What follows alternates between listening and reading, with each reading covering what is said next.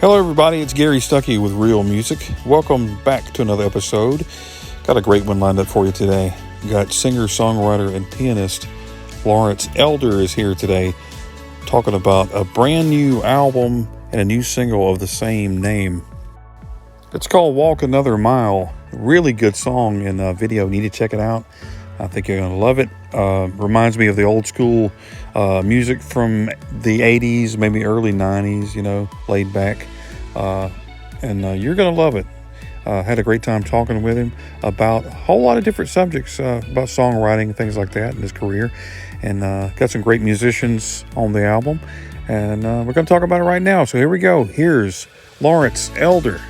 I've been checking out your music, and it's really good stuff. I mean, it kind of makes you think about a lot of things, when you're listening to your music. I know it probably comes out in your songwriting, some of your the things that's on your mind, on your heart, in your life.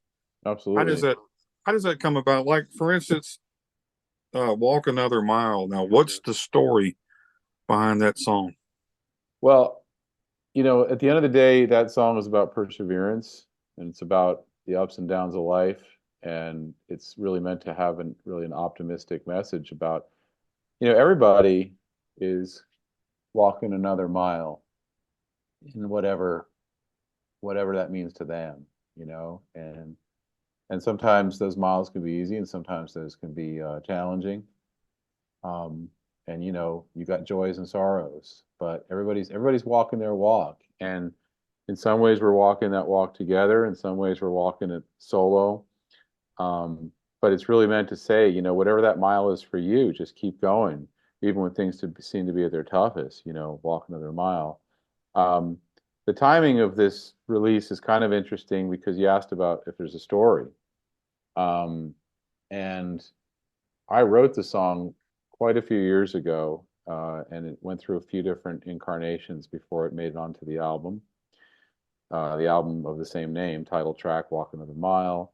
And then we had just planned on releasing this video in January, which we just did. But I originally wrote that song was inspired by my dad. And, sometimes a song, well, you have a kernel of inspiration that'll kind of give you an idea to do something, but then it sort of grows. So maybe it started out about him, but then I realized, oh, this is a message that other people can connect to in different ways. Sure. My dad was experiencing a loss. Somebody close to him passed, and I was like, my way of telling him, don't give up. There's more love out there, and walk another mile. And it was actually one of the easiest songs I ever wrote. You hear people, songwriters, talk about sometimes something just comes to them and like they write it in 5 minutes. Right. I'm generally a little bit more of a laborious writer. I'll sit and slave over lyrics for longer than I care to admit. Sure. Um, but in the case of this song, it really felt like it just kind of came to me very cleanly. So here's the rest now for the rest of the story. And I couldn't have planned this or scripted it and wouldn't have wanted it to happen this way. But my dad just passed away 2 weeks Mm. ago. I'm sorry to hear that. Thank you. I appreciate that. I appreciate that. And obviously, that's just a super tough thing to go through. And I need to take a little bit of my own medicine as far as walking another mile with that. But I feel as though, in a way, it's in honor of him, in a way that the song came out because it was written for him, kind of coming full circle in some ways. So when you asked if there was a story, I guess there really is. Yeah, I can relate to, my dad's still here, but he's been through a lot. But, when you see your dad and you think of people, I can see how powerful that song is now that you told me that. But to encourage somebody uh, that's going through some things, that's a big deal. Um, I think music does that. It brings people to a better place, Hmm. and maybe they're not having the best time in their life, to listen to some encouraging music sure Hmm. does help out a lot. And I know it helps other people at the same time it's helping you. So it works both ways. Isn't that Exactly. really the whole idea when you're making music, to see who can relate to it? Yeah, exactly. And I think by being authentic when you write, and writing something that's true to you, the rest sort of takes care of itself, you know? Yeah. Um, and if you write authentically about your own journey, chances are somebody else is going to see their journey in that. Right. And I'm sure they will when they check out the music. Like I said, great music. Um, Thank you, man. I appreciate that. yes, sir. And I know that, and the style of music too, it's you're kind of jazzy, and there's different kind of pop elements in there. It reminds me of music that I grew up listening to, that you probably don't hear as much anymore.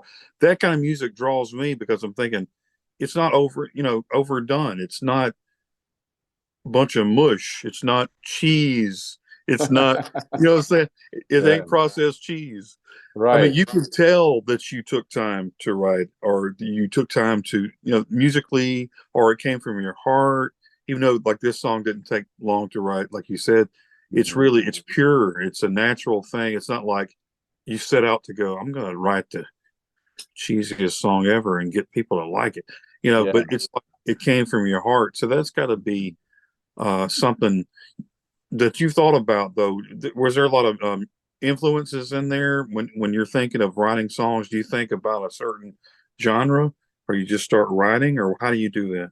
So I think that I generally when something comes to me, it's pretty organic. And but all the genres that I've absorbed, all the people that I've listened to, all the music that I've, practiced and just, kind of been drawn to and absorbed in different ways, sort of comes to my aid in a way. It's like, it's all just sort of there to serve what wants to come through. So it's always been in that order, not the order of, I will write this way or with this genre. It's more organic to me than that, if that makes sense. Yeah, no, I understand. Like you Yeah. said, it's like you're picking from a the produce at the grocery store. You're picking whatever you see and you like, and you kind of add it all together. But I totally get that. Yeah, I let it come. But I know what you mean about the a lot of people. I mean, say, they listen to my music, they hear different genres in there, and the whole genre conversation is just sort of, you know, what's the right word for it? It's just there's so much gray. There's so much, music is music. Sure, Like, there's so much stuff that's really comes from so many different influences.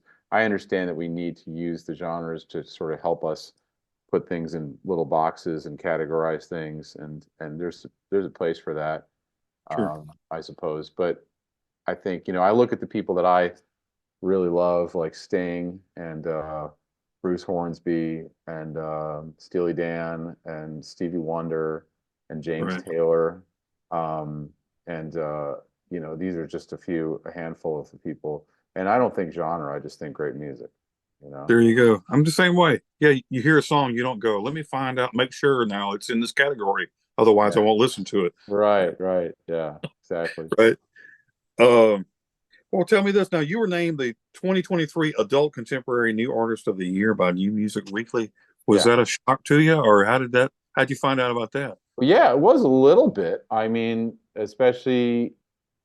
found out about it through um, the organization New Music Weekly and some individuals that I was working with who were doing airplay promotions for me. Um, and Walking Under a Mile also was getting national airplay, reached high charting positions, number one charting positions on a couple of radio charts.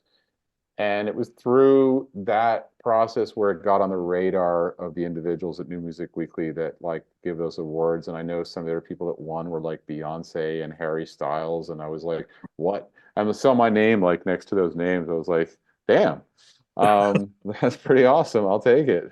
You know, Right. I appreciate it very That's much. pretty cool. Yeah, It is. that's got to be fascinating to see your name with that. That just means that you're good enough to be there. You know what I'm saying? It's not they didn't just randomly pick some guy and just said, "We'll stick him on this spot." you have to be good enough to make it to these charts, you know. So at least there's people out there that appreciate you and understands, you know, good music and puts you on these things, you know, and plays your music, you know. Yeah, absolutely. Absolutely. That means a lot because, obviously we put a lot into the effort it takes to put this music out, and we do it for the love of it, for the heart of it, but to know that it's connecting with people and to get some validation for it, is a wonderful thing. Sure. Uh, you had a song a while back called Now. Yes, It was nominated for a Posse Award. Now that's that's right. cool. So that was probably another exciting moment for you to hear about that, right? Yeah, absolutely. And especially because, the Posse Award, that organization that does the Posies, um, they're all about honoring music that has a positive message. And, now if nothing else is a song with a positive message. And basically it's about now is the time and love is the way.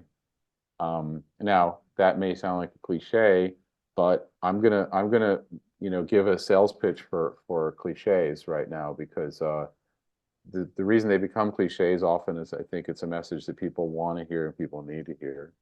And I've noticed something among some songwriters that I admire. Um, they are more than happy to use a cliche, uh, and then they'll often acknowledge that they're using a cliche. So I say it's okay to use a cliche as long as you like, um, uh, not as long as you like, but it's like it doesn't hurt to actually say, "Hey, I'm about to hit you with a big old cliche right now," Right. and that's okay because sometimes that's what's needed. Sure. I was just thinking about that. You know, I mean, because I write songs too, and I was thinking Cool. about because you go in your mind, you're writing a song, you try to avoid. It's like seeing somebody you don't want to talk to at us, you know, somewhere, and you're like you try to avoid them. So you see this cliche when you're writing a song, you go, no, can't go there, can't do that. But why Hmm. not? But like you said, because there's this preconceived idea that you everybody's going to say, yeah, I've heard that a million times. But what if it fits exactly what you need to say? What if it's a needed element? What if somebody's saying, hello, good morning is a cliche? Might be, but that's what you say, you know? I mean, I don't know. I think sometimes people are afraid to say certain things because they don't want to be overdone. Hmm. But sometimes you just have to say what the truth is, you know? I don't know. Right? I exactly. I mean, you hit the nail on the head. And I'm thinking of a James Taylor song called "Shower of the People," which you might be familiar Yes. with. Yes. Um, and there's a lyric in that song where he says, "You can run, but you cannot hide. This is widely known." Well, Tell, get the little, throw that in there and then it covers it up. Yeah. I mean, that's yeah, true. and yeah, tell me what you're going to do with your foolish pride when you're there by yourself all alone. But like this is widely known. It's like he just like acknowledged his own cliche because he's not the first person that said you can run but you cannot hide, and Right. he's freaking James Taylor, and he just said something that's been said a million times. But then he goes, "I know I just did that by saying this is widely known." So anyway, I took a page out of his book, I guess, in that regard of acknowledging cliche, because if you were talking about the song Now and the Posy Award, getting back to that, the lyric of the song actually is, "So if you don't mind my cliches, now is the time and love is the way." See, that's Um, good. so there you go. Yeah. And that covers it all. And if you do mind my cliches, you can change the channel. Right. I don't think someone's going to go, okay, he said, I'm going to turn this That's off. it. No, I'm out. I'm out. That's it, man. never listen to the guy again. He's Yeah. Mr. Cliche Man. Right. No, I Right. don't think so.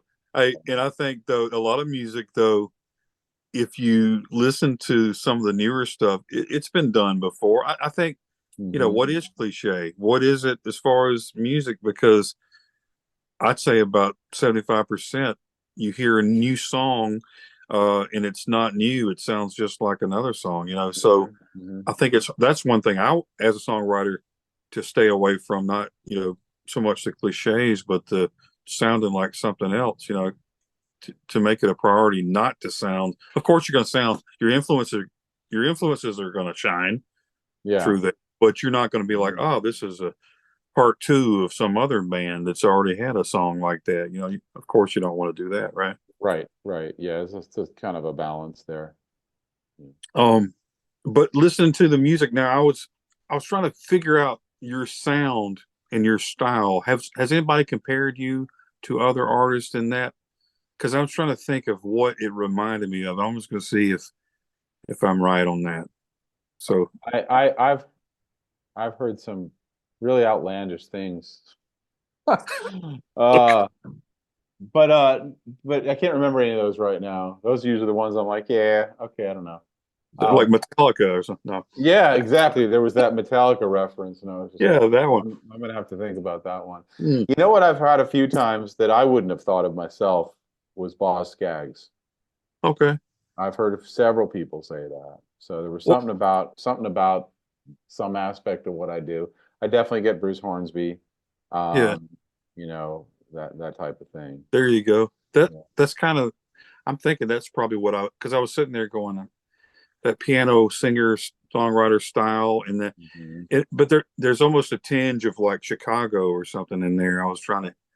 So you got that, and that's what I was saying earlier about that music. To me, the positivity, the words with that relaxing sound of piano or the guitar, like that. You got some great musicians, by the way. Been Thank reading you. about. Tell me about some of those guys now. These guys are no slackers. They've been doing it a while. Tell me about those guys. Well, no doubt. I mean, like one of the main people that I work with is Carlo Magno Araya. He's a just a phenomenal drummer. He and I met in Miami. Actually, when we were at grad school at the University of Miami, jazz school, Frost School of Music, wonderful program down there. But we ended up collaborating. He played drums on both my albums. We've recorded. He has a studio in Costa Rica where he went back to his home there. Um, he's won Grammys, been nominated for Grammys. He's a great producer, educator, drummer. So Well, I'm really privileged to work with him, and that we just get to keep getting together and doing creations together. I mean, our my first album, Surrounded, which came out in 2005. He and I just well, we talk about a passion and a project done for the love of it that we just um, you know spent so much time working on every little minute detail of that production. We were able to get really well-known guest artists from the jazz world like Paquito de Rivera and Peter Erskine, the great drummer Peter Erskine played on that album. And then the more recent record, I was able to get Randy Brecker, who's a longtime friend and supporter of my music, one awesome. of the most famous jazz musicians on the planet, and Mike Stern, the legendary It's Mike right here. Stern on guitar. Yeah. And so yeah, it's just been word of mouth and me just kind of like I said, being fortunate enough to connect. Usually it's you connect with one person, you connect with another person through that person. Obviously, I guess they thought enough of the music that they wanted to play on the projects, which is like I said, it's a huge privilege for me. Yeah. I guess it does say a lot, like you said, when somebody that's been doing it for a long time that's won all these awards and they say, I want to join you. And then uh, it makes for a good sound. I mean, is there a special kind of sound that you hear? I mean, when you're writing a song, do you hear the music and you say, I'm going to do you write the music first or do the lyrics come? How do you venture out in your songwriting like that? Yeah, I would say that more times than not. I mean, I do hear it, but I generally don't hear all the lyrics, and I've heard a lot of songwriters say that. Like it's almost like there's a blueprint, and for me, the blueprint is largely an aural blueprint. You know, as far as hearing the sort of aural landscape of the music, hearing the chords and the patterns and the progressions, and even what the melody is doing, and even sort of the way the melody slots into the chords, the way the phrasing sounds, and um, but not always the actual lyrics themselves. Yeah. Usually I'll get like maybe I'll get 20% of the lyrics and I'll grab onto those phrases, but then a lot of the phrases, and I've heard a lot of writers say this, they'll just sing nonsense phrases it becomes like a placeholder in the Sure. slot where the lyric is until you come up with the actual lyric. And to me, Right. that's actually one of the hardest things is going back then and sort of backfilling those slotted out places where you don't have the lyric yet. And it's got to have just the right vowel sound and just the right articulation and has to mean what you want it to mean, obviously. Sure. To me, that's the craft. And that's where you just kind of like, I lock myself in a room with a thesaurus and, sometimes I get hit pay dirt and other times, it's back to the drawing board. Right. Yeah, I was just thinking about that. Is there like a target that you try to hit and nail? I mean, is there something like, do you envision like the song and go, here's the target, I got to hit it, and you go for that target? Or do you kind of venture off as you go along and does it kind of go to the right or left of the target a little bit and you go with that? Or you have a set mind of what you want? You got, this is it, I want to go there. Or are you more free and kind of letting it flow a little bit? I would say it's both. And I balance both those, like especially if I get a brand new idea. A lot of times if I get a brand new idea, I do the flow thing and just let it go wherever it wants to go. But there's a point where I start kind of forming it and I kind of get into a bit more of a formal structure. Um, I start trying to find, like, I don't always know what the song is trying to tell me or what the song wants to tell other people, but sometimes I do. So, you know, I know a lot of writers, and this is a concept that works well for me, is, say, I've heard Sting and many people talk about this, is that you got to start with an idea. And then that becomes like the thesis that everything revolves around. So I don't necessarily have to do that from the first moment I'm writing, but there's a point where I do. There's a point where I go, okay, I got this beautiful mess right now. I need to start finding out what this song really wants to say.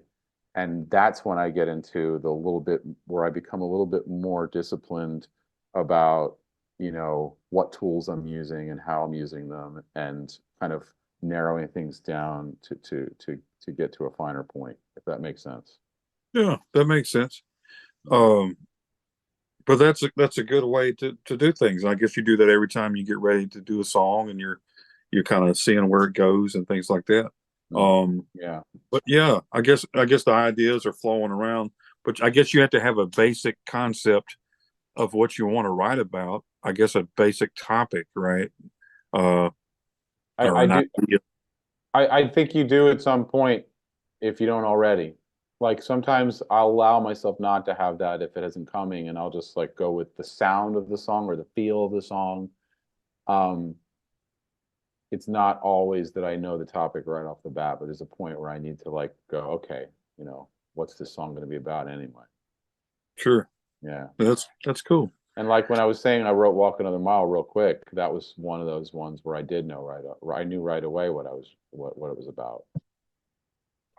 Well, tell me this. Go back a little bit in your life, and how did you start into music? What got you into it? I know probably as a kid, you probably like me and listened to the radio and heard all these musicians that you love, like you said, Stevie Wonder and people like that. But what was it that told you, like I just have to do this. I gotta do music. I gotta play. Yeah. I gotta be involved musically somehow. How did you start in that? Well, from a really early age, I mean, there was a Steinway piano sitting in the living room of my parents' house, and my dad played piano. So I loved listening to him play, and I know that that inspired me. My mother played guitar and sang, and she was a Bob Dylan freak. So I like to say sometimes I had Bob Dylan infused into me in the womb, because she'd be, even when she was pregnant with me, she was like strumming that guitar and belting out Bob Dylan tunes. And my dad was playing like, Chopin or something on the piano. But I remember being literally eye level with the keyboard of the piano in the living room, right? So when you're that short, you're just looking at those keys and they're right there. And I remember just being fascinated, bringing my hands up and just like wanting to play. So I was just drawn to it from an early age, almost. beyond anything you could really explain rationally. It was just something that called to me. I played a lot by ear growing up. I listened to classical recordings and like tried to like sit down and play like stuff by Franz Liszt I was hearing. I probably didn't play it note for note, but I did Cool. a reasonable imitation. Um, and then I started getting into like prog rock bands in my teens. I was listening to like Yes and ELP and Rush and Sure. stuff. These sort of jazz influenced musicians like Rick Wakeman. I was a huge Rick Wakeman fan, and I fancied myself as a sort of Rick Wakeman acolyte. I used to go down to the music stores on 48th Street in Manhattan and stand next to like 16 keyboards behind me and have a friend take a picture of me of it, like me surrounded by keyboards. So Cool. that was just it was just in my blood, and as just on a soul level, it was just something I wanted to do. And then I would just fast forward a little bit to like my first real band I was in. And I was late teens now, like 19-ish. And I played my first band, which had a interesting name. The band was called Absolutely Curtains. Um, Okay. Cool. and for those who are total Pink Floyd, uh, um, you know, deep Pink Floyd fans, they might remember that that's the name of a Pink Floyd song off of a very early album. I believe it was from Obscured by Clouds. That's a long Um, time ago. Yeah. yeah, like when Sid Barrett was with Pink Floyd, and one of the people in our band was a Pink Floyd. I mean, I loved Pink Floyd, and so I've definitely been influenced by really great rock bands too, like Pink Floyd, like Led Zeppelin, like I said, like the prog rock bands. But anyway, I played in this band called Absolute Curtains, and that was my first real taste of playing in a group and playing for audiences. And that's when I was like, this is what I want to do. No, no turning back. Awesome. Yeah. And it's got to be fascinating for you, I'm sure, to talking about writing the song. You go from a blank piece of paper or whatever I get typing on a tablet or something. But I'm just saying, you go from nothing to writing a song to people listening to it or fans in a crowd enjoying the song. That's got to be something. It's got to be a milestone in your life when you write a song that reaches people, touches people, but then you hear them singing the song or you see the reaction on their face in a Hmm. crowd. Yeah. That's got to be a high point, right? In Yeah. your Absolutely. I mean, that never gets old. It's or just, you know, seeing that, or seeing like, hearing reactions from fans, or getting messages, about something touch somebody a certain way, or help them heal, or help them get through something, or just, it was a nice song for them to listen to, on while they were driving, or whatever it was. Yeah, that's super special. sure. Uh, in a song like "Walk Another Mile," I was thinking about just that just that old school sound to me, and lyrically and vocally and musically, it just sounds like something from the '80s or early '90s. So, why do you think that kind of music is kind of being overlooked on a lot of places? I mean, radio stations aren't what they used to be, and why do you think that's not the craze? I mean, what it's almost like you have to find a hidden gem to appreciate music instead of it being in your face. A lot of the music's in your face and they push it on you. But I Yeah. think to me, the best songs are something that you just happen to see or hear somewhere. Why do you think that that's not being pushed? The music like that's not being pushed like it used to be. Yeah, it's such a I feel like it's a complex, like, I don't know if there's like an easy answer to that. I think it has to do with the way our media is being presented, and how media has changed so much, and the way stuff is organized, like with, you know, playlists and not albums, and people don't are maybe in general are encouraged not to think as deep, or to dig as deep. like, there's a little bit more of a quick fix mentality. The attention spans have gotten shorter with social media. I mean, it's a double-edged sword because it's also a quick and beautiful way to get stuff out to people in a hurry, but I think it's a double-edged sword. Um, I think, society in general has changed in a lot of ways, in terms of what people's priorities are. And yet I feel at the same time as though, like you said, when things um, aren't necessarily getting pushed, but then when people do hear something that resonates with them, they're like, man, this is great. So, that those audiences are still out there. I think people are still craving it. I think that there is still the desire and the want for, for lack of a better um, way to put it, music that's honest and music that has integrity, and that music, that is coming from, a place, of sincerity, and that has, a high level of musicianship to it. I think there's certainly still a place for it, but yeah, it's not an easy question. Sure. Um, and as you know, we just approached a brand new year. Now, I know you've got your album out, Mhm. that you've been releasing some songs like the new song. And Yeah. what about how do you look at the future, the year? Do you have like goals that you go, I want to do this. I want to do this year. This is a biggie. What is that biggie that you want to have this year? Well, it's probably a combination of things. I mean, I'm always creating, and so I mean, I have a couple of different ideas for new material, and it's usually um, I don't always have the whole blueprint figured out, but I can say that I definitely want to. Um, I'm going to be releasing new material. I I love arranging. I mean, I do mostly original music, but you probably noticed a couple covers sprinkled in. Sure. And I'm really intrigued by the idea of taking a song that's been written by somebody else and reforming it and rearranging it, kind of almost taking arranging to the level of composition.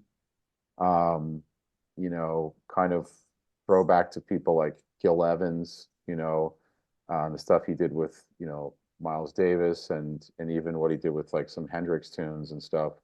Um, but just the idea of like I have these really sort of novel ideas on how to take a song that already in existence, but just kind of turn it inside out and, kind of put a certain personal stamp on that. So I've had thoughts, that when a third album comes out, that it would be maybe a little more of a balance of cover songs, quote unquote covers, and original songs, but still with sort of like the original blueprint on them.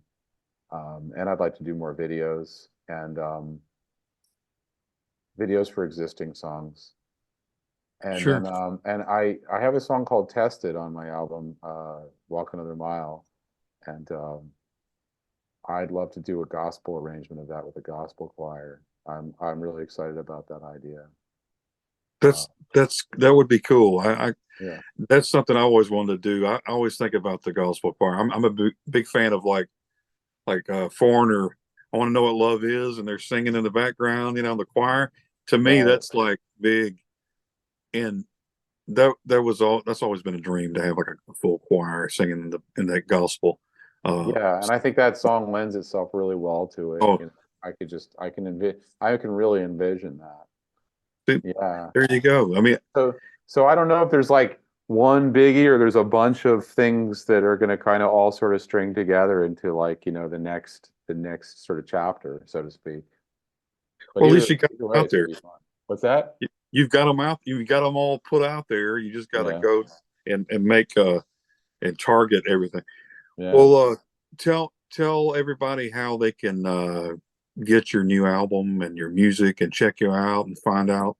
Uh, are you playing anywhere come up or? So I'm working on a couple of things. Um, so we're looking at a few different ideas for some things in the spring and the summer, but there's nothing actually scheduled at this point. And we're really looking at I'm mostly like spending time in the studio and recording, kind of getting my ducks in a row for like what the next tour is going to be.